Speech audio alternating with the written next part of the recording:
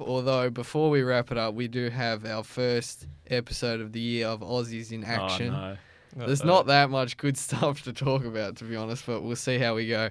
We'll start with Mr. Dellavedova, who has been robbed of an All-Star appearance. He would have played defence. Well, goats don't play in All-Star games. But he would have played defence, though. But goats don't play in All-Star games. They play in their own game.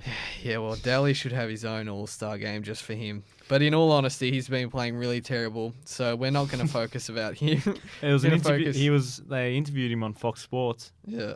They said he played well.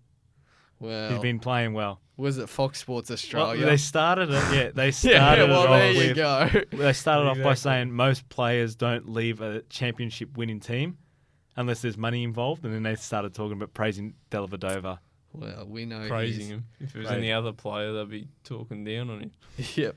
An interesting point of note, which this would have been in the Aussies in action in January if we were doing it, but at the Australian Open, there was also a Matthew Dellavedova, 16-year-old Melburnian, who is actually second cousins with Delhi.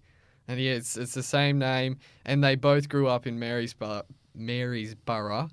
And yeah, he lost in the second round of the Australian Open, but that's pretty coincidental that there's also a tennis player. So there we go. Is he aggressive? Probably. He probably dives. Dives for every ball. All right, moving on to Andrew Bogut, who has done nothing because he's still injured. Apparently the Cavs are interested in him. So he could help them win another ring after he helped them win the last one when he got injured. Oh, So then... Shots. Then Patrick Mills. We talked late last year about him possibly making the 50-40-90 club. He has cooled off a little bit, but he's still playing pretty well. Paddy's still our best player, that's for sure. Dante Exum is actually finding some form. He's reached double digits in points 4 times in February, so 4 of his 8 games he's scored 10 or more, which he didn't achieve that once in January. So he's doing all right. As I say, he played in the Rising Star game as well, 11 points. That's pretty impressive in such a star-studded field, who would have had the green light to shoot, so he probably wouldn't have got that many opportunities. Ingles turned down his appearance. He actually got asked to appear in the three-point contest, but he turned it down. I reckon, for all the garbage we give Ingles, he could have done better than 9 or 11 or 10. Yeah. He's a half-decent shooter. He can't do anything else, but still, he should have given it a shot. But No way he would say no. It's not like he gets any exactly. other time in the floor, so you might He as well needs take some it. camera I time. know. You got the world stage there. Exactly. Take it. And then, of course, we've got Aaron Baines, who I didn't realise he's actually an unrestricted free agent at season's end. So he's an unwanted free agent. Well, so obviously when players have a free agency period coming up or a contract year, they usually, try really hard. well. They play really well because they want that extra money. So our boy Aaron Baines has 4 points, 4 boards, and 0.4 blocks per get game. that cash money. That is his career. That's That cash. is. He gets 0.4 rolled blocks. in the offers. Every team's putting offers in. So yeah, nobody wants Baines.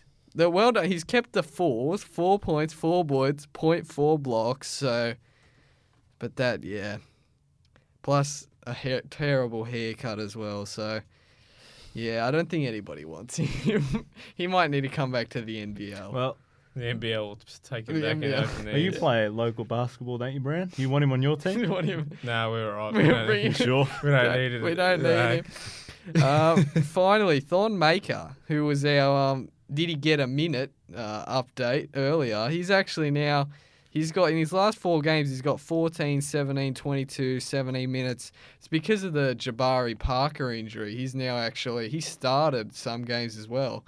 So, and he had a career high 12 points against Indiana, 3 of 5 from 3. So that's Thon Maker. Interesting stat about Von Maker or info. Yeah, He's got a brother that plays for South Melbourne's academy. it's true. His name's Maker. Oh, That's true. gosh. There's some No. talent in those genes. And it's, unfortunately, it looks like there will be no Simmons watch this year. He's done. Yeah, it's looking highly unlikely that they'll play Simmons.